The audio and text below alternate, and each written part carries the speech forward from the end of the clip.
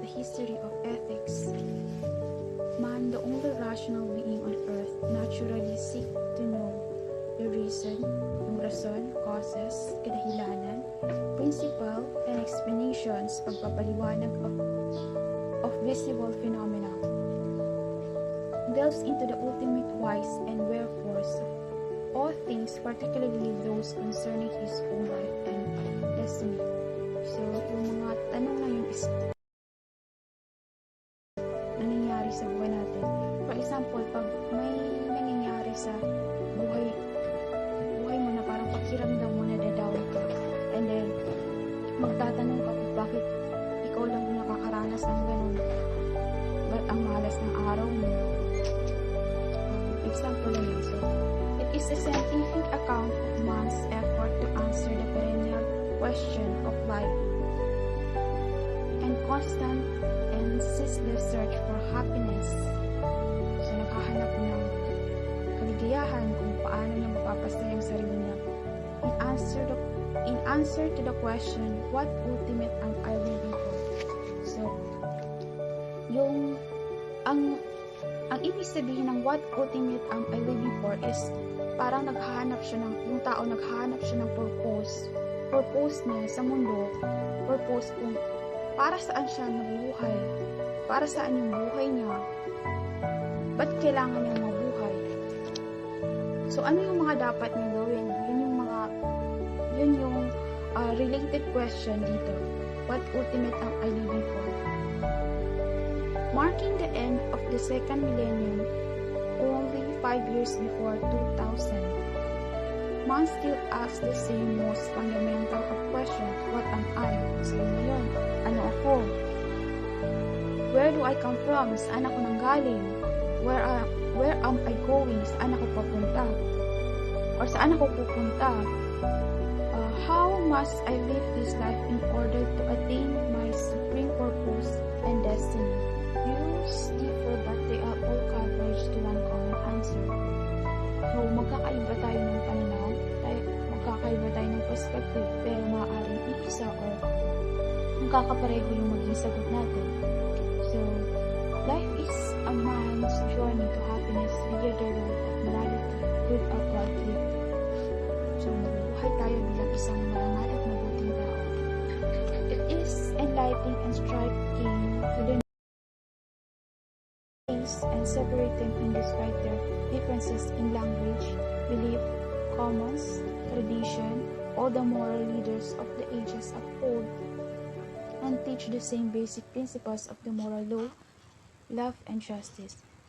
Kakaiba sila ng time, ng generations, ng panahon, pero iisa lang yung explanation or gusto nilang ibatid sa atin. Yun ay ethics is all about love and justice. So, okay, proceed tayo sa Oriental Philosophy of Life. So, meron ditong 4 na tao na tanyag at kilalang pangalan. Tinatawag silang mystical philosophy of the East. So, first I see Buddha, 563 up to 483 BC.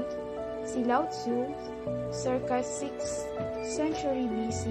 Si Confucius, circa 4th century BC, at saka si Moti.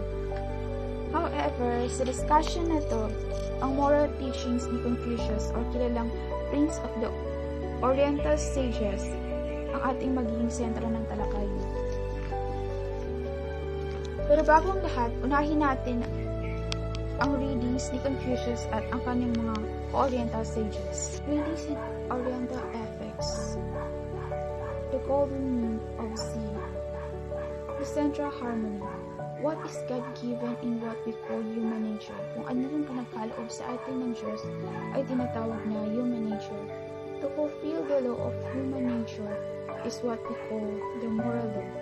So, para ma-fulfill natin yung human nature, ito naman itatawagin natin moral law or batas moral. The cultivation of the moral law is what we call culture. The moral law is law from whose operation we cannot for one instant in our existence escape. Hindi siya pwedeng takasan.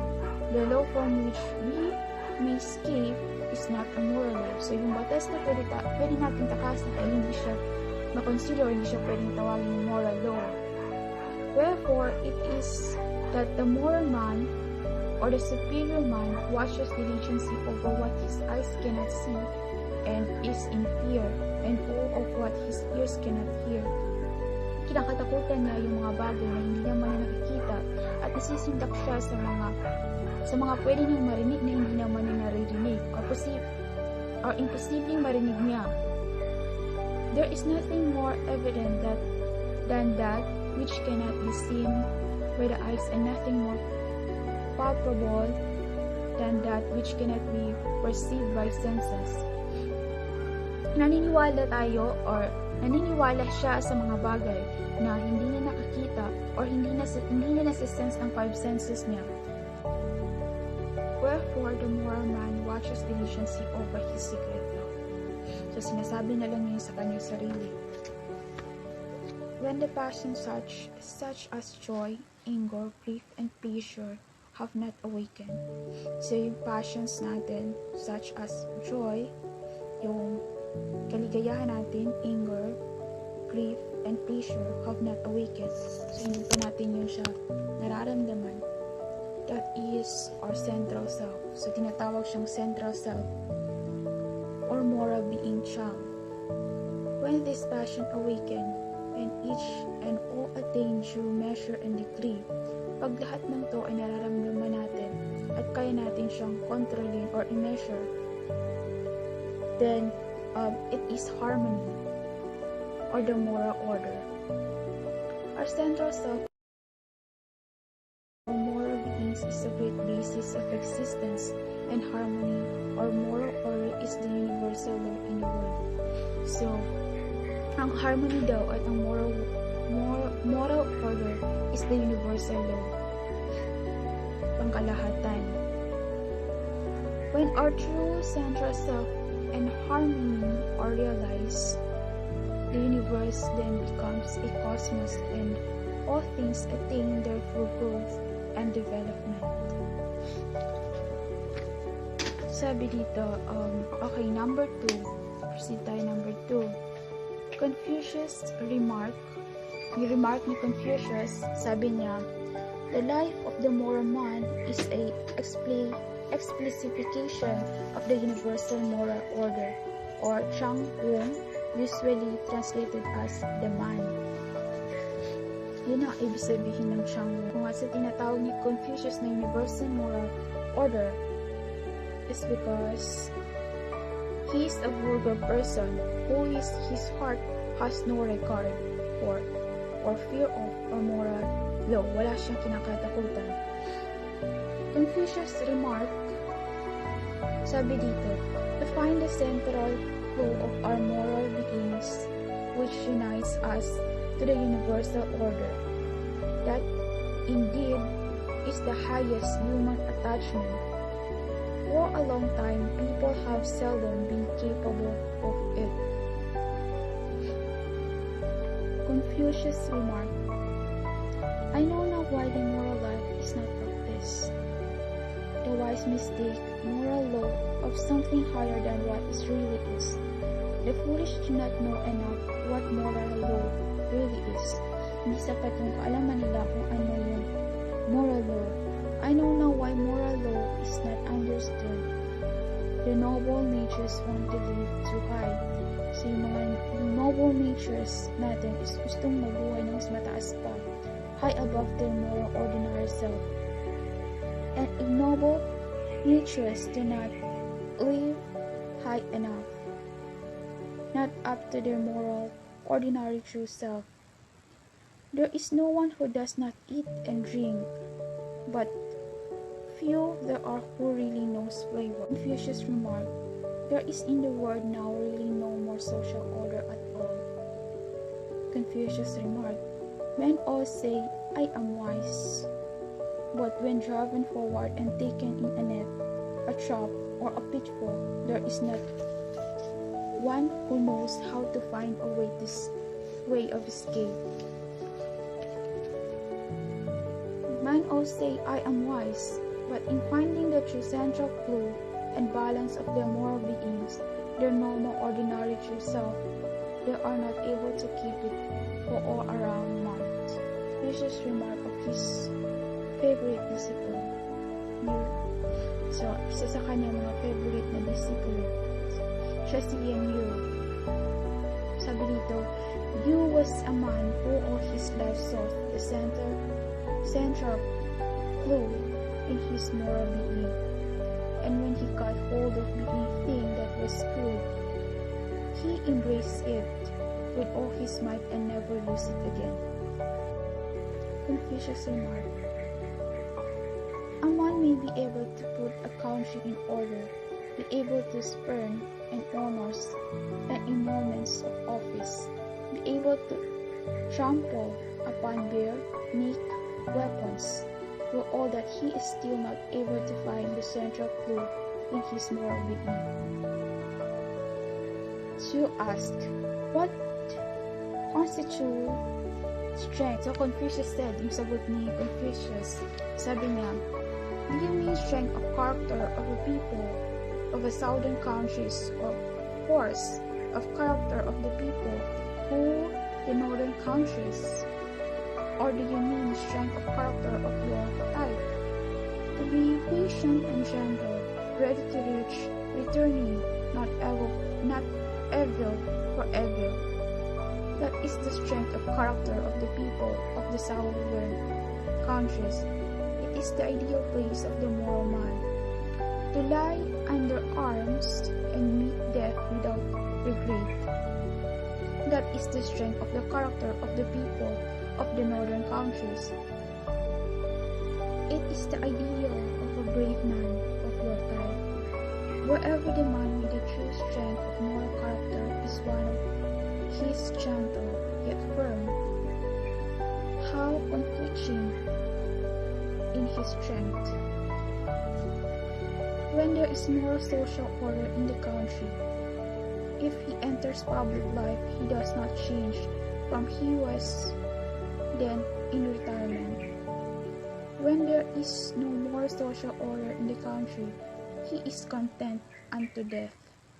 How unflinching is his strength. Sa last part ko po, Confucius remarked, there are men who seek for the abstruse and strange and live a singular life in order that they may leave a name to posterity.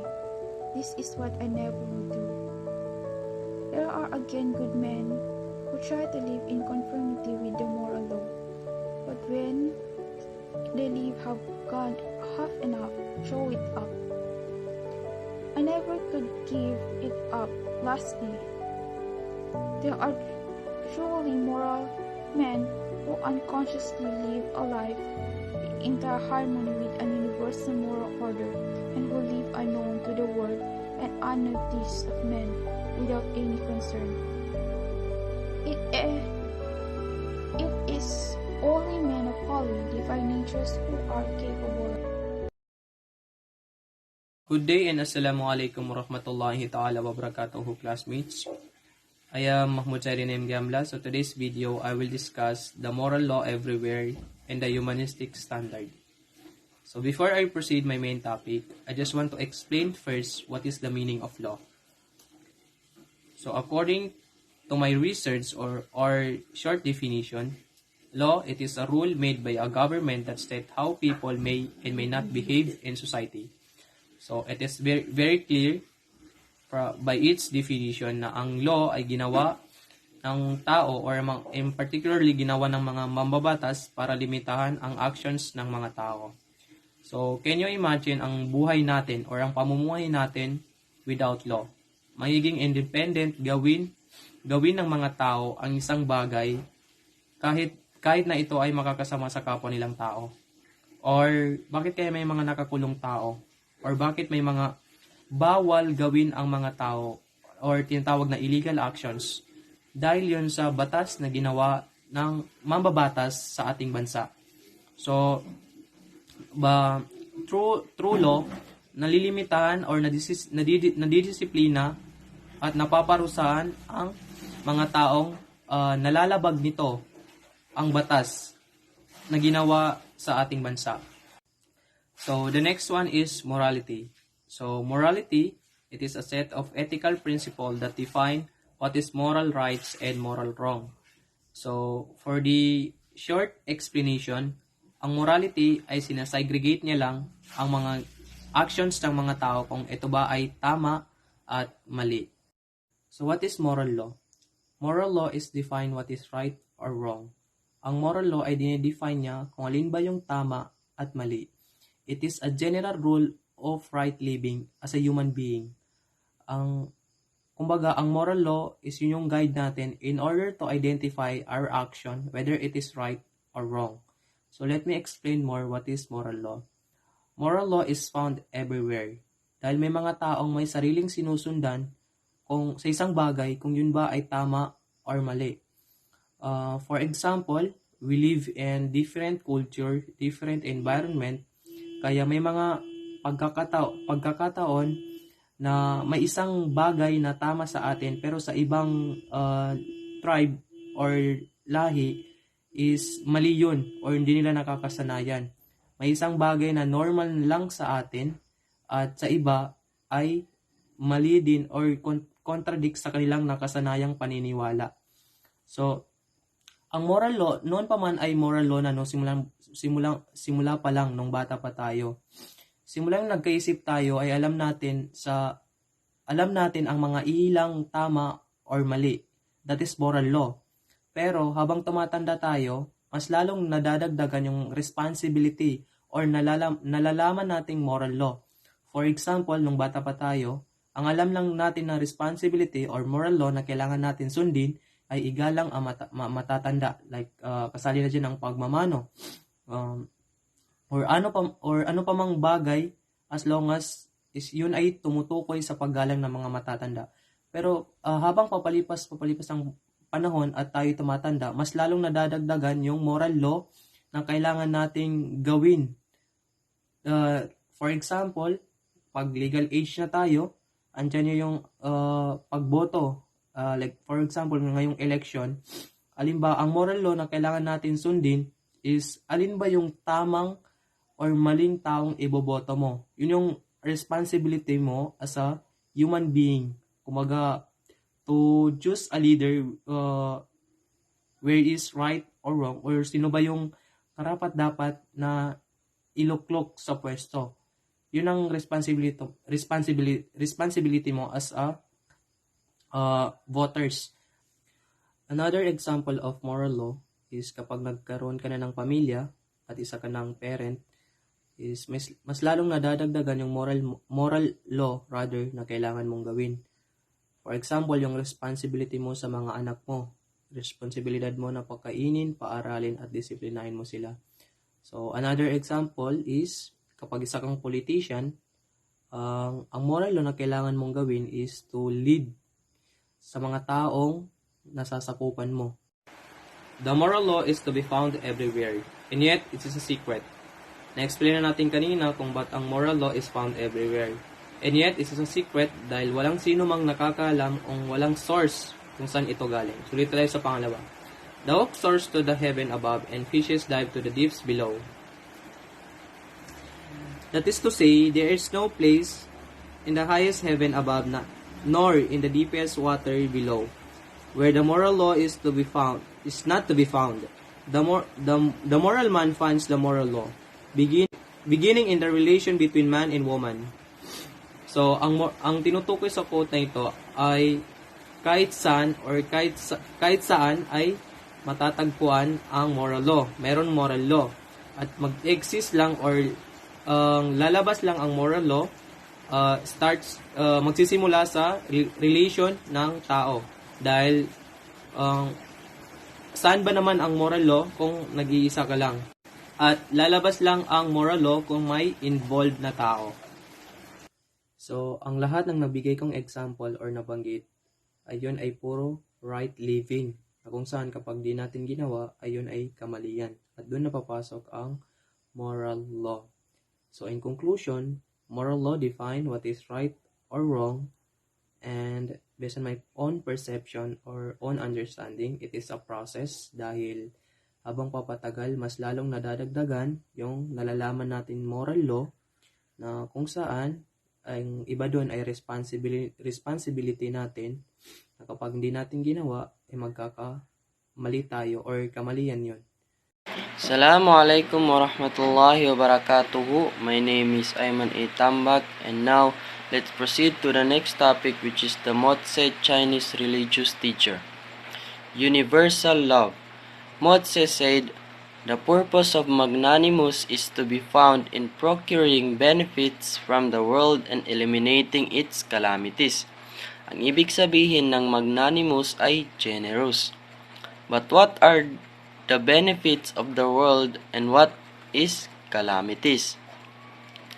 Motse said, mutual attacks among states, mutual usurpation among houses, mutual injuries among individuals, the lack of grace and loyalty between ruler and ruled, the lack of affection and filial piety between father and son, the lack of harmony between elder and younger brothers.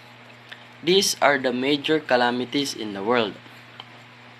According to Motse, the calamities in the world are the mutual attacks. So ito na yung away between states, yung usurpation, ito yung sapilitang kinukuha yung property ng isang tao. Then yung mga gulo ng mga tao umaabot na sa point na nagkakaroon ng injuries. And marami pang iba't ibang kakulangan like sa ruler and sa mga sakop niya. Sa mag-ama, even sa magkakapatid. But whence did these calamities arise out of mutual love? Motse said, they arise out of want of mutual love. At present, feudal lords have learned only to love their own states and not those of others. Therefore, they do not scruple about attacking other states. The heads of houses have learned only to love their own houses and not those of others. Therefore, they do not scruple about usurping other houses. And individuals have learned only to love themselves and not others. Therefore, they do not scruple about injuring others. When feudal lords do not love one another, they will be war on the fields. When heads of houses do not love one another, they will usurp one another's power. When individuals do not love one another, they will injure one another. When ruler and ruled do not love one another, they will not be gracious and loyal. When father and son do not love each other, they will not be affectionate and filial. When elder and younger brothers do not love each other, they will not be harmonious. When nobody in the world loves any other, naturally the strong will overpower the weak. The many will oppress the few. The wealthy will mock the poor. The honored will disdain the humble. The cunning will deceive the simple. So, kailan ba nagsimula ang calamities na nabanggit kanina? So, noon kasi wala naman daw gulo. Love nila state nila, love nila ang isa't isa, kasi kung di sila magmamahalan, makontrol lang ng malalakas yung mga mahihina. Kumbaga, mapagsamantalahan na yung weaknesses ng mga taong nasa ibaba. Therefore, all the calamities, strifes, complaints, and hatred in the world have arisen out of want of mutual love. Therefore, the benevolent disapprove of this want. Now that there is disapproval, how can we have the condition altered? Motse said, it is to regard the state of others as one's self. When feudal lords love one another, there will be no more war. When heads of houses love one another, there will no more mutual usurpation. When individuals love one another, there will be no more mutual injury. When ruler and ruled love each other, they will gracious and loyal. When father and son love each other, they will be affectionate and filial. When elder and younger brothers love each other, they will be harmonious. When all the people in the world love one another, then the strong will not overpower the weak, the many will not oppress the few, the wealthy will not mock the poor, the honored will not disdain the humble, and the cunning will not deceive the simple. And it is all due to mutual love that calamities, strifes, complaints, and hatred are prevented from arising. Therefore, the benevolent exalt it. But the gentleman of the world would say, so far so good. It is of course very excellent when love becomes universal, but it is only a difficult and distant ideal. So ito na yung importanteng sinabi ni Motse. Whoever loves others is loved by others. Whoever benefits others will be benefited by others. Whoever hates others is hated by others. Whoever injured others is injured by others. Then what difficult is there with it? Universal love. Only the ruler fails to embody it in his government and the ordinary man in his conduct. So that's all. Shukran. Assalamualaikum warahmatullahi ta'ala wabarakatuh. I'm Sai G. Macalaw, the Group 6 reporter. So my topic is Lao Tse, the Book of Tao. Yes.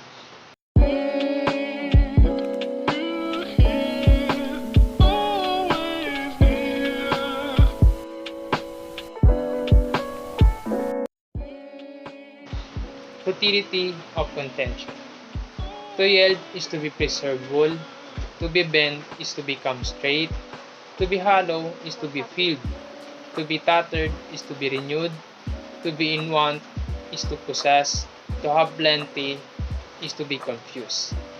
So that's it.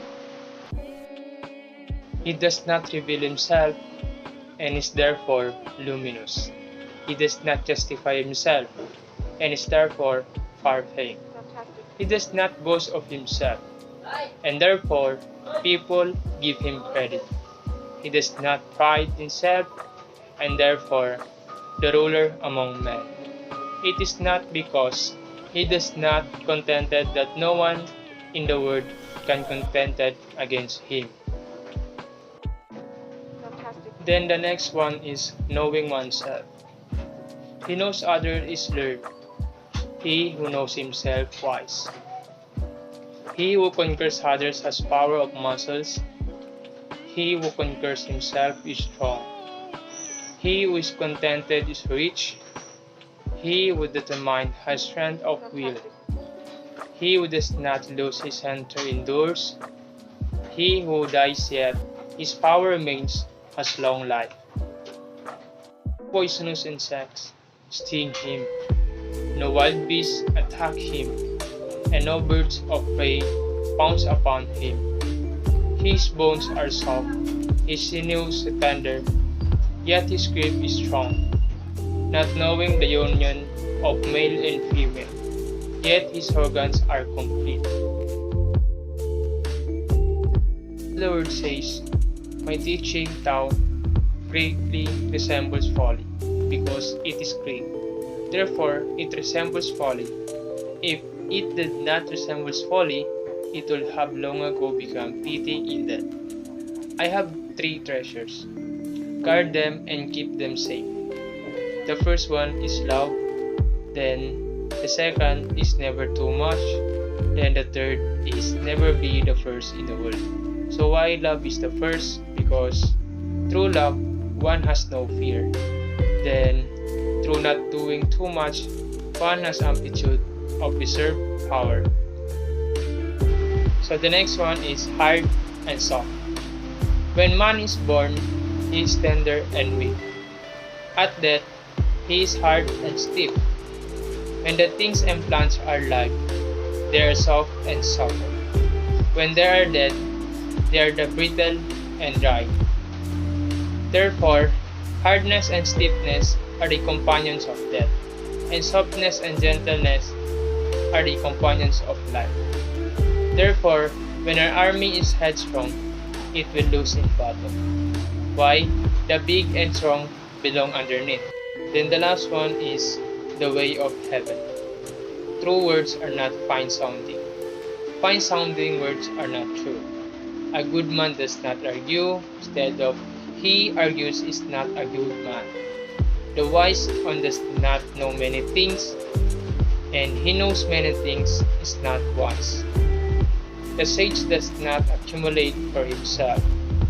He lives for other people. He gives to other people and has greater abundance. So that's it. So in this topic, the book of Tao ay nasasabi dito na mas kilalanin pa natin ang ating sarili at maging confident. Yes. Meron din dito mga lesson learned na matutunan, kagaya na namang na never too much, then never be the first in the world, and the number one is love. So bakit ganon? Kasi true love one has no fear.